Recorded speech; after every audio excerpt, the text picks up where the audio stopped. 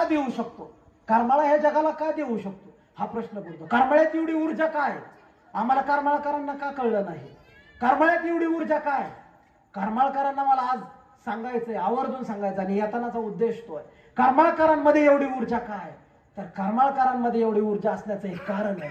तर करमाळ्याच्या या इतिहासामध्ये एक दिवस उगवला होता, 24 जानेवारी 1937. 24 जानेवारी लिहून ठेवा आपापल्या काळजावर, लक्षात ठेवा तरुणांनो, मेंदूत ठेवा. 24 जानेवारी 1937 हा दिवस उगवला होता या करमाळ्याच्या इतिहासामध्ये. आणि या दिवशी या करमाळ्याच्या इतिहासामध्ये एक अलौकिक घटना घडली होती.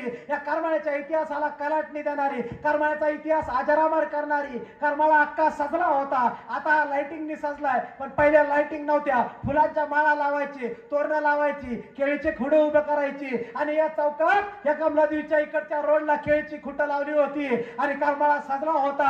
आणि करमाळा का सजला होता? तर करमाळ्यात चौकामध्ये लोक उभं राहून चर्चा करत होती, करमाळ्यामध्ये आज काय आहे, करमाळ्यात आज काय आहे. आणि गावागावात जत्तेच्या जत्ते, लोकच्या लोक या करमाळ्याच्या दिशेने येत होती. अस्पृश्यते बांधव या करमाळ्याच्या दिशेने चुंडीने येत होते. त्यांच्यामध्ये एक वेगळी ऊर्जा होती, त्यांच्यात एक ताकद संचारली होती आणि करमाळ्याकडे माणसं येत होती. करमाळ्यात जत्रेचं स्वरूप आलं होतं. माणसाचे थवेच्या थवे करमाळ्यात आले होते. सगळ्यांच्या चेहऱ्यावर एक उत्साह होता, सगळ्यांच्या चेहऱ्यावर काहीतरी तेज दिसत होतं. अरे आज माणूस एखाद्याच्या दर्शनाला जावा आणि तिथून काहीतरी त्याला मिळावं असा उत्साह त्यांच्या चेहऱ्यावर होता की आज त्यांना काहीतरी मिळणार होतं. गर्दीने लोक उभे होते, एकमेकात चर्चा करत होते आणि एकमेकात चर्चा करणारे लोक जिथं मंडप होता त्या मंडपाच्या बाजूने उभे होते. एका गाडीची वाट पाहत होते. पहिले एखादी गाडी आली गावात, गाडीचा धुराळा उडायचा, लोक बघायची. चारचाकी एखादीच यायची महिन्यातनं आणि ती एक गाडी येताना दिसली, गाडीचा धुराळा उडायला लागला आणि लोक मोठमोठ्याने घोषणा द्यायला लागले. लोक मोठमोठ्याने घोषणा देत होते. सगळ्यांमध्ये ऊर्जा संचारली होती. मंडपात माणसं फुल भरलेली होती. सगळी माणसं उठून उभी राहिली, मोठमोठ्याने घोषणा द्यायला लागली. आणि माणसं घोषणा देत असताना ती गाडी, ती चारचाकी मोटार मंडपापर्यंत आली आणि मंडपापर्यंत आलेल्या त्या डॉकाळ्या गाडीतून एक राजबिंड व्यक्तिमत्व उतरलं. रुबाबदार नाकाचं, दिपाड देहाचं ते व्यक्तिमत्व, ज्यांच्या चेहऱ्यावरती विद्वत्तेचं तेज आहे, त्यांचं कपाळ रुंद आहे, भरजरी पोशाख केलेला आहे, सुटबुट टायकोट घातलेला आहे आणि असा तो राजबिंडा व्यक्तिमत्व त्या गाडीतून खाली उतरलं. त्यांचं पाऊल या जमिनीवरती पडलं आणि खऱ्या अर्थानं करमाळ्याची भूमी पावन झाली. कारण करमाळ्यात पोहोचलेलं ते पाऊल होतं, करमाळा पावन करणारं ते पाऊल होतं विश्वरत्न डॉक्टर बाबासाहेब आंबेडकरांचं. आणि तो दिवस होता 24 जानेवारी 1937.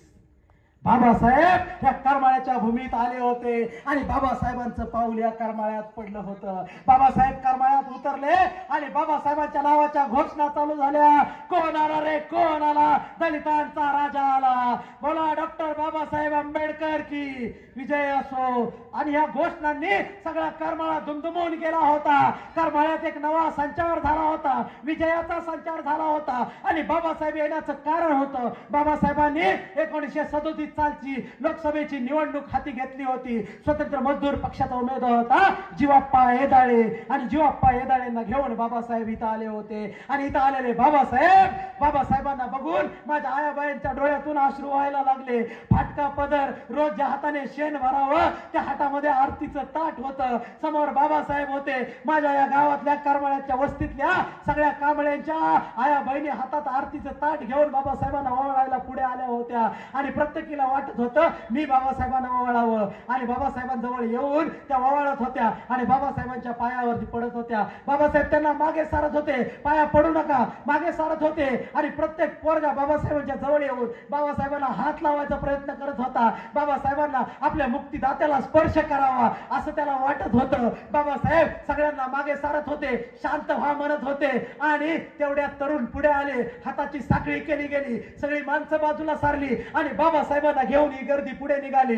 बाबासाहेबांच्या नावाच्या घोषणा चालू होत्या. आणि जसे बाबासाहेब त्या मंचाकडे जायला निघाले तसा प्रज्ञा सूर्य चालावा असे बाबासाहेब चालत होते. सगळी जनता बाबासाहेबांकडे पाहत होती. आया बाया बाबासाहेब चाललेले बघत होत्या आणि ती माती उचलून आपल्या कपाळाला लावत होत्या. आपला प्रज्ञा सूर्य, आपला मुक्तिदाता आपल्या भूमीमध्ये आलेला आहे. आपले महामानव ज्यांचा जगात डंका आहे, कोलंबिया विद्यापीठ ते लंडन स्कूल ऑफ इकॉनॉमिक्स सगळं गाजून हा राजबिंडा व्यक्तिमत्व असणारा आपलं व्यक्तिमत्व, आपला मुक्तिदाता आपल्यात आलाय, ह्याचा कोण आनंद इथल्या प्रत्येक आया बहिणींना, प्रत्येक भावाला झाला होता. आणि सगळेजण बाबासाहेबांना बघून आपल्या डोळ्यातून घळाघळा अश्रू वाहत होते, कारण त्यांना आनंद झाला होता. बाबासाहेब मंचावर गेले आणि बाबासाहेब स्थानापन्न झाले.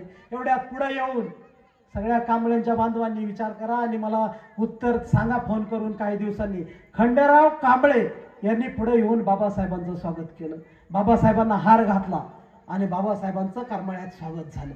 हे खंडेराव कांबळे कोण होते मग शोधायचा प्रयत्न केला, पण मागच्या पिढीतून मला आजपर्यंत ते उत्तर मिळालं नाही. मी विनंती करतो.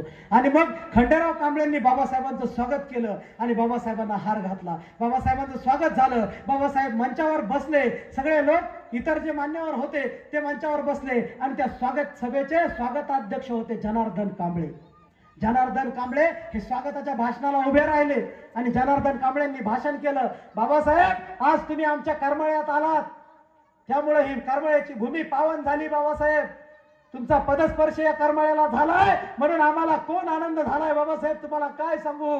बाबासाहेब, आज आम्ही याच देही या चिडोळा तुम्हाला बघितलं आणि आम्ही धन्य धन्य झालोय. बाबासाहेब, बाबासाहेब, आज तुम्ही ज्या गोष्टीसाठी आलाय, बाबासाहेब तुम्हाला आम्ही करमाळकर आणि करमाळ्याचा आपला सगळा समाज शब्द देतोय. बाबासाहेब, तुम्ही दिलेल्या माणसाला आम्ही निवडून देऊ, त्याला आम्ही मतदान करू, हा शब्द आम्ही तुम्हाला देतो.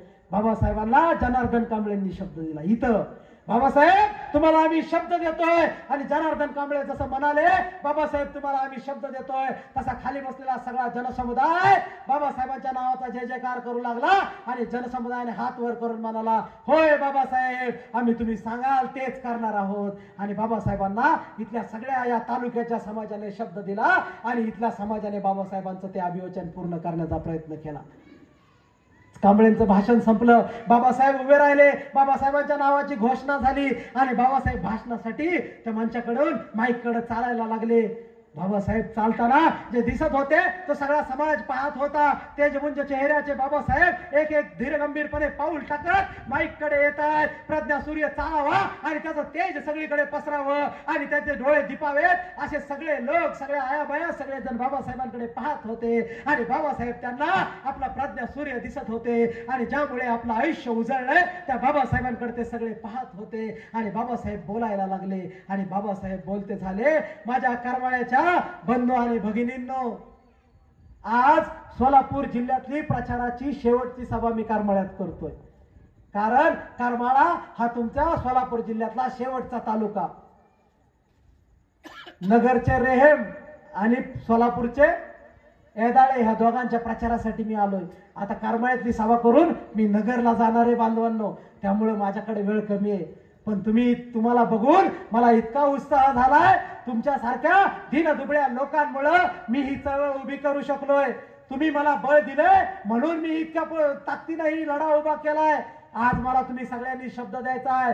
करमाळकरांनो, तुम्ही मी सांगितलेल्या माणसाला बहुसंख्येने मत देऊन खऱ्या अर्थानं आपले प्रतिनिधी लोकसभेत पाठवायचं हे बाबासाहेब म्हणतायत. मी इतिहास सांगतोय, मी आचारसंहितेत मतदानाचं सांगतोय, समजून घ्या. तर बाबासाहेब तेव्हा म्हणतायत आणि बाबासाहेब सांगतात, बांधवांनो या ठिकाणी मला तुम्हाला एक गोष्ट आवर्जून सांगायची. आपण म्हणतो बाबासाहेब म्हणाले होते आपली स्वतःची व्यवस्था, राजकीय व्यवस्था निर्माण करा, हे बाबासाहेब यावल्यात म्हणाले, नाशिकला म्हणाले, असं आपण अनेक वेळा म्हणतो. पण बाबासाहेब करमाळ्यात सांगतायत की जोपर्यंत तुम्ही तुमची स्वतःची राजकीय व्यवस्था निर्माण करू शकत नाही तोपर्यंत तुम्ही जिंकू शकत नाही आणि तुमचा समाज तोपर्यंत सत्ताधारी होऊ शकत नाही. हे बाबासाहेब इथं सांगतात, करमाळ्याच्या मातीत सांगतायत. ही साधी गोष्ट नाहीये. ह्या करमाळ्याच्या मातीतून बाबासाहेबांनी सांगितलं की तुम्हाला तुमची राजकीय व्यवस्था निर्माण करावी लागेल. हे प्रत्येक करमाळकराने लक्षात घेतलं पाहिजे. हे बाबासाहेबांचे शब्द आपल्या लक्षात असले पाहिजेत आणि ते बाबासाहेब करमाळकरांना अभिवादन शब्द देत आहेत आणि विचारतात, तुम्ही मला सहाय्य करणार आहात की नाही. आणि करमाळकर उभा राहून एकमुखाने बाबासाहेबांना सहाय्य करण्याचा शब्द देतात आणि बाबासाहेबांचे आभार व्यक्त करतात. बाबासाहेबांचं भाषण संपतं आणि बाबासाहेब पुन्हा खुर्चीकडे जात नाहीत, तर बाबासाहेब तडक स्टेजवरून खाली उतरतात आणि झपझप पावले टाकायचा प्रयत्न करतात. पण पुन्हा एकदा बाबासाहेबांच्या समोर सगळा समाजाचा गराडा येतो आणि बाबासाहेब त्यातून वाट काढत, बाबासाहेब सगळ्यांवरती मायेनं हात फिरवत बाबासाहेब आपल्या गाडीपर्यंत येत आहेत. बाबासाहेब गाडीत बसताना पुन्हा एकदा सगळ्यांना हात करतात आणि या करमळ्याच्या भूमीतून बाबासाहेबांची गाडी पुन्हा एकदा नगरच्या दिशेने मार्गस्थ होते. आणि तो दिवस इथल्या काळजात इतिहासात कोरला जातो. 24 जानेवारी हा दिवस, बाबासाहेब या भूमीत आलेला दिवस. मला वाटतं करमाळकरांचा प्रत्येकाचा स्वाभिमानाचा दिवस आहे आणि करमाळकरांना स्वाभिमान शिकवणारा दिवस आहे. म्हणून हा दिवस आपल्या लक्षात असला पाहिजे. आणि करमाळकर यामुळे धन्य झालेले आहेत की बाबासाहेब इथं आलेले आहेत. हे मला वाटतं हा प्रसंग तुम्ही काळजावर कोरा, कारण प्रसंगातून फक्त टाळ्या वाजवायच्या नाहीत, घरी जाऊन आनंद साजरा करायचा नाही, यातून शिकावं लागेल. बाबासाहेब सांगतात की तुम्हाला राजकीय व्यवस्था निर्माण करावी लागेल, तरच तुम्हाला इथं सत्ताधारी होता येईल. आणि म्हणून ही राजकीय व्यवस्था निर्माण करण्यासाठी तसे लोकप्रतिनिधी निवडावे लागतील. बाबासाहेब संविधान देतानाही ते सांगतात, संविधान किती महान आहे हे महत्वाचं नाहीये, तर संविधान राबवणारे कसे आहेत हे महत्वाचं आहे. हे आपल्याला आधी समजून घ्यावं लागेल आणि त्यासाठी तशी माणसं निवडावी लागतील. विषय बाबासाहेब सांगत राहिलो तर सकाळ होईल.